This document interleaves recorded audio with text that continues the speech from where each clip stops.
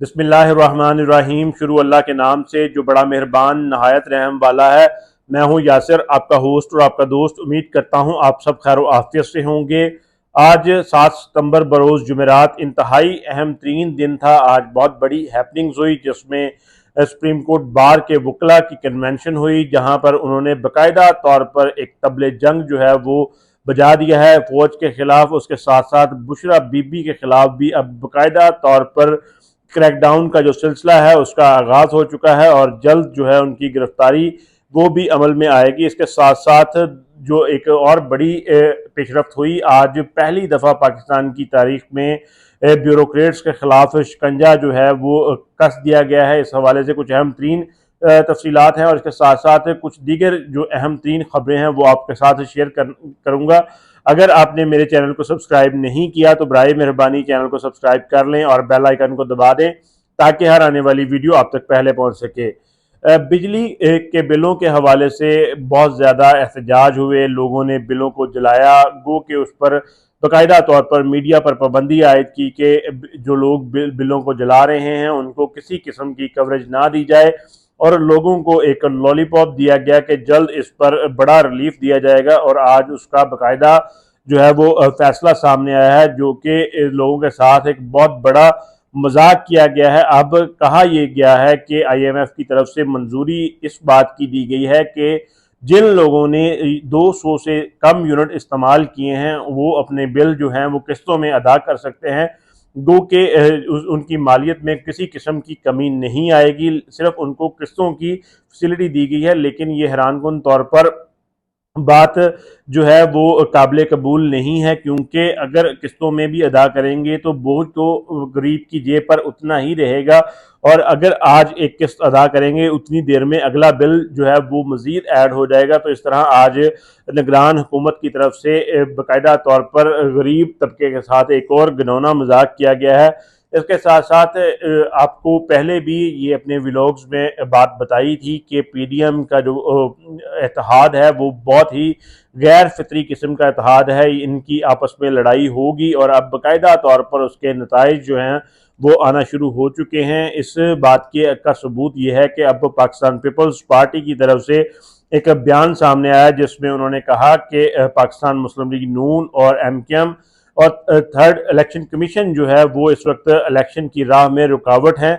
जबकि आज बाकायदा तौर पर मौलाना फजलुर रहमान की तरफ से जो है वो पाकिस्तान पीपल्स पार्टी पर इल्ज़ामात की बुछाड़ की गई है और बाकायदा तौर पर अदम एतमाद का जो मामला था वो मौलाना फजलुर रहमान ने पाकिस्तान पीपल्स पार्टी पर डाल दिया और कहा है कि अदम एतमाद पाकिस्तान पीपल्स पार्टी के कहने पर लाई। और उन्होंने बताया कि PDM बाद में असम्बलियों से इस्तीफे देना चाहती थी, लेकिन पाकिस्तान पीपल्स पार्टी का ये फैसला था कि असम्बलियों में रहा जाए। तो इस तरह अब इनके दरमियान मजीद जो क्लैशेज हैं वो इल्ज़ाम तराशी के से बढ़कर जो है अब लड़ाई की तरफ जाते हुए नजर आ रहे हैं। और आज पाकिस्तान तारीख में एक बहुत बड़ा और अनोखा वाकया भी जो है वो रूनुमा हुआ है। सेनेट में बाकायदा तौर पर रिक्वेजिशन के लिए दरख्वास्त जो थी उस पर उसको मुस्तरद किया गया, क्योंकि इसमें जाली दस्तखत जो थे उनका उनका मामला बाकायदा तौर पर सामने आया। इससे पहले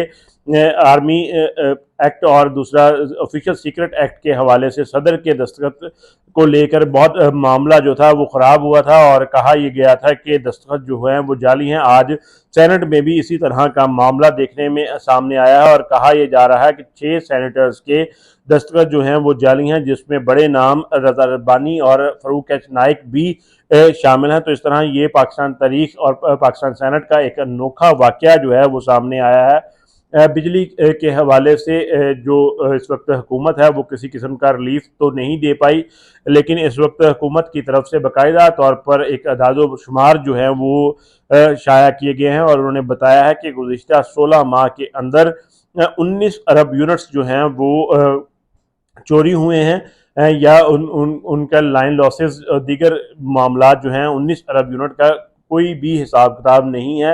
तो आप अंदाज़ा करें कि ये किस कदर ज़्यादा यूनिट्स हैं और इसकी अमाउंट है वो खरबों में बनती है। तो इस तरह ये इसका कोई हिसाब नहीं है। अब बाकायदा तौर पर हुकूमत की तरफ से बिजली के नरखों को कंट्रोल करने के लिए एक नया इकदाम भी उठाया गया है और बाकायदा तौर पर यह ऐलान किया गया है कि अब दफातर जो हैं, जितने भी सरकारी और प्राइवेट दफातर हैं, वो मगरब के वक्त बंद हो जाएंगे और इस कानून का इतलाक बाकायदा तौर पर जो है वो 1 अक्टूबर से लागू होगा।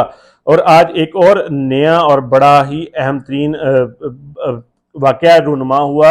ये जस्टिस बाबर सत्तार साहब की अदालत में हुआ, जब आज पहली दफ़ा पाकिस्तान की तारीख में ब्यूरोक्रेट्स के खिलाफ बाकायदा तौर पर किसी जज साहब की तरफ से शिकंजा जो है वो कसा गया है। और आज बाकायदा तौर पर SSP operation Malik Jameel Zafar, SP जो हैं वो फ़रूक बुटर और DC इरफान नवाज मेमन, SHO नासिर मंजूर पर बाकायदा तौर पर जो है जस्टिस बाबर सत्तार उन्होंने फर्द जुर्म आयद की है और उन्होंने खुद जो है फैसला पढ़कर सुनाया है। तो आज जिस पर जो DC हैं उन्होंने बाकायदा तौर पर उनके वकील ने ये कहा कि DC साहब जो हैं वो गैर मशरूत माफ़ी मांगते हैं, लेकिन इस पर जस्टिस बाबर सत्तार ने बरहमी का इजहार किया और उन्होंने कहा कि आप कुछ अर्सा जेल की सलाखों के पीछे रह कर आएँ ताकि आपको इस बात का अंदाज़ा हो कि जो जेल में होता है उस पर क्या बीती है। तो इस तरह आज बाकायदा तौर पर पाकिस्तान के ब्यूरोक्रेट्स के खिलाफ भी एक नया क्रैकडाउन का सिलसिला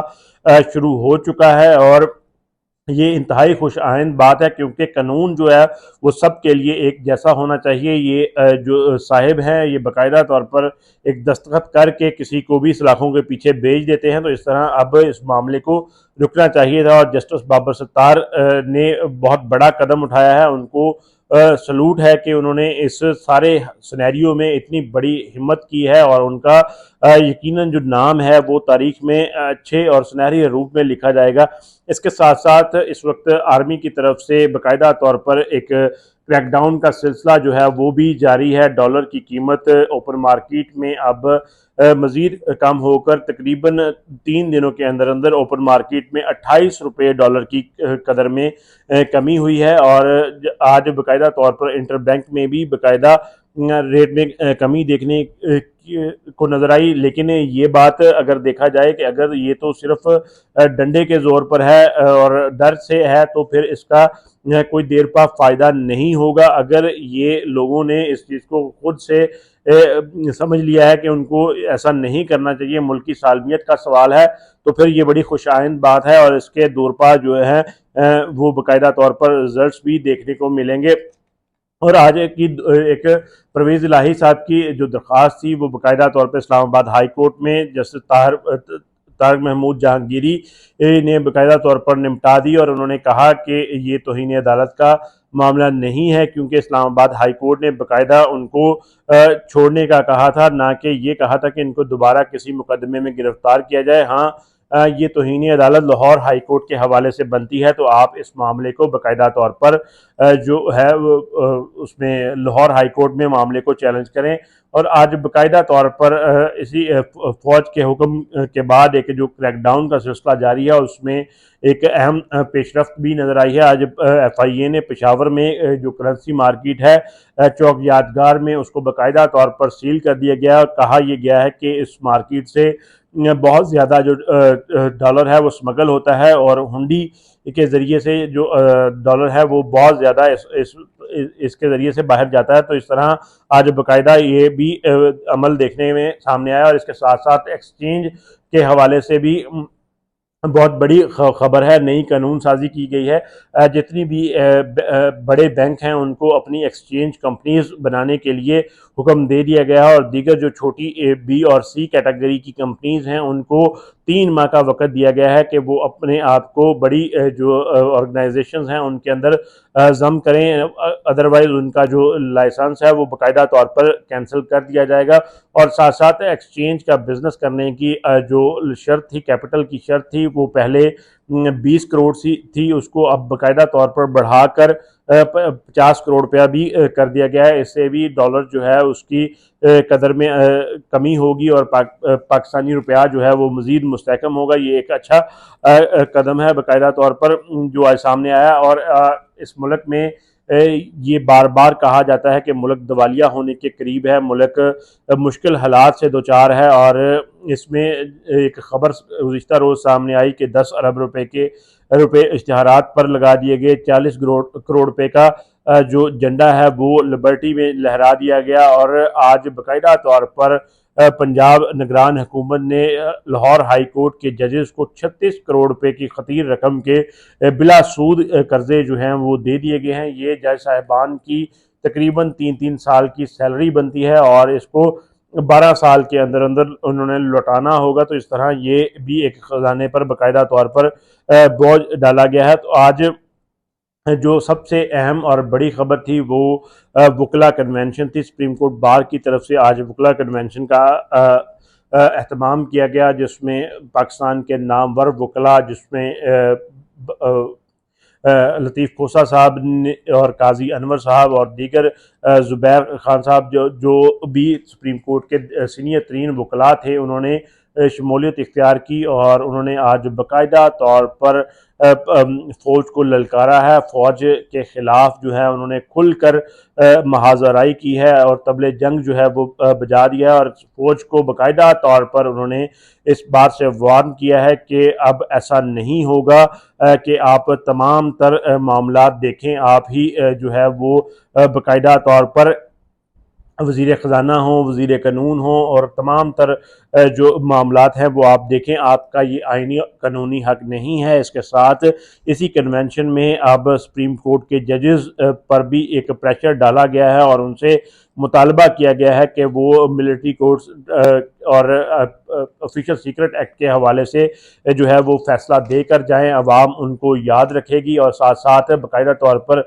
इमरान खान साहब की गिरफ्तारी के हवाले से, साइफर के हवाले से और जो ख़वातीन बाकायदा तौर पर गिरफ़्तार हैं उनके हवाले से भी ख़ासी तनकीद का शिकार किया गया और आड़े हाथों लिया। लेकिन इसके नतीजे में फ़ौरी तौर पर जो है वो ताकतवर हलकों में भी हलचल हुई है और कोर कमांडर मीटिंग जो है वो बाकायदा तौर पर बुलाई गई है, जिसका एलामिया ये जारी किया गया है कि पाकिस्तान में दहशतगर्दी और अनारकी की सूरत हाल फैलाने वालों के लिए आनी हाथों से निपटा जाएगा। लेकिन आज वकला की तरफ से जिस तरह के बयानात दिए गए हैं वो बहुत ही सख्त किस्म के बयानात थे। उसमें एक राबिया बाजवा साहबा ने भी बाकायदा तौर पर आड़े हाथों लिया और उन्होंने एक शेर भी बाकायदा तौर पर पढ़ा। उन्होंने कहा कि जो शेर उन्होंने पढ़ा वो मैं आपके साथ शेयर कर देता हूँ। उन्होंने कहा, बागी हूँ मैं बागी हूँ, मेरे हाथ में हक का झंडा है, मेरे सर पे मौत का फंदा है, मैं लड़ने से कब डरती हूँ, मैं मौत की खातिर जिंदा हूँ, मेरे खून का सूरज चमकेगा तब बच्चा बच्चा बोलेगा मैं बागी हूँ मैं बागी हूँ। तो इस तरह बाकायदा तौर पर वकला की तरफ से बगावत का ऐलान कर दिया गया है और वकला ने अगले हफ्ते में जो है वो बाकायदा तौर पर एहतजाज की कॉल भी दे दी है और कहा है कि मुल्क गिर एहतजाज होगा फ़ौज के ख़िलाफ़। अब ऐसा नहीं होगा, मुल्क आइन और कानून के तहत चलेगा। इस मुल्क में ऑफिशियल सीक्रेट एक्ट और आर्मी एक्ट नहीं चलेगा। एक अमरीकी साजिश की बुनियाद पर आप वज़ीर आज़म को हटा दें और पाबंद सलासल करें, औरतों को बार बार जो है वो पाबंद सलासल करें, ऐसा नहीं होगा। और आज की जो सबसे अहम तरीन और बड़ी ख़बर थी वो बुशरा बीबी के हवाले से थी। आज बाकायदा तौर पर बुशरा बीबी नैब में पेश हुई। कल उनकी रहायशगाह पर नैब की एक टीम ने नोटिस जो है वो बाकायदा तौर पर उनको दिया और आज बुलाया गया। और आज बुशरा बीबी और अली मोहम्मद खान साहब को जो है NC 190 मिलियन पाउंड केस में दोनों को तलब किया गया था और तोशाखाना केस में बुशरा बीबी को भी तलब किया गया था।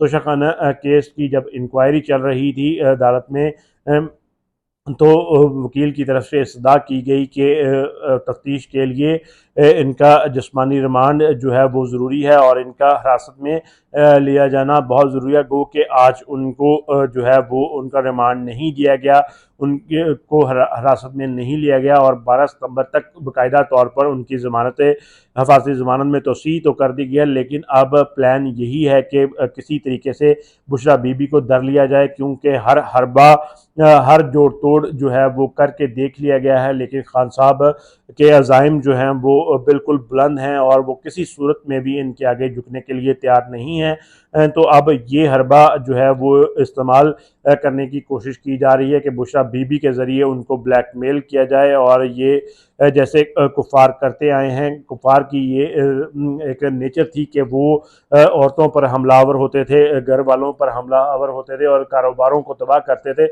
इस तरह अब बाकायदा तौर पर उनकी रविश पर चलते हुए बुशरा बीबी को भी गिरफ्तार करके इमरान खान साहब को प्रेशराइज करने और बुशरा बीबी को वादा माफ गवाह बनने के लिए तैयार किए जाने का जो है इम्कान है। लेकिन इस वक्त जो हालात हैं वो यही हैं कि बुशरा बीबी किसी सूरत में भी जो है वो वादा माफ गवाह नहीं बनेंगी और अगर उनको गिरफ्तार कर भी लिया जाता है तो तब भी इमरान खान साहब किसी सूरत में भी जो है वो इनके आगे नहीं झुकेंगे। वो बिल्कुल जो है वो खड़े हैं और मजबूती के साथ अपने असाब को थामे हुए हैं, तो वो इनका डट कर मुकाबला करेंगे। और आज वकला के बाद उनको मज़ीद जो है उन वकला कन्वेंशन के बाद मज़ीद उनको हौसला मिला है। 9 तारीख जो है वो इंतहाई अहम तरीन उस रोज़ पाकिस्तान बार एसोसिएशन की वकला कन्वेंशन होगी और दूसरा सदर पाकिस्तान का आइनी जो मुद्दत है वो पूरी होगी। लेकिन अब ये बात देखना होगी कि सदर पाकिस्तान घर जाते हैं या नहीं। आइनी तौर पर वो अपने ओहदे पर कायम रहेंगी, क्योंकि अभी तक जो कोरम है सूबाई असम्बलियों का वो बिल्कुल भी पूरा नहीं है। जब तक इलेक्शन नहीं होते नया सदर नहीं आ सकता और कल का इंतहाई अहम तरीन दिन होगा, क्योंकि कल मुमकिन तौर पर ये हो सकता है कि सदर पाकिस्तान इलेक्शन की तारीख दे दें और अगर वो नहीं देते इलेक्शन की तारीख और बाकायदा 9 तारीख को अपना ओहदा खाली कर देते हैं तो ये इस बात का सबूत होगा कि आरफ अलवी साहब जो हैं वो इमरान खान साहब के साथ मुखलिस नहीं थे और वो भी अंदर खाते सहूलतकारी करते रहे हैं। तो इस तरह ये जो आने वाले 24 से 48 घंटे हैं वो मुल्क की तारीख में बहुत ही अहमियत के हामिल साबित होंगे। लेकिन अल्लाह से यही दुआ है अल्लाह ताला हम सब का और हमारे इस मुल्क का हामी नसर हो और हमारा मुल्क दिन दुगनी रात चौगनी तरक्की करे। पाकिस्तान जिंदाबाद। अस्सलाम वालेकुम।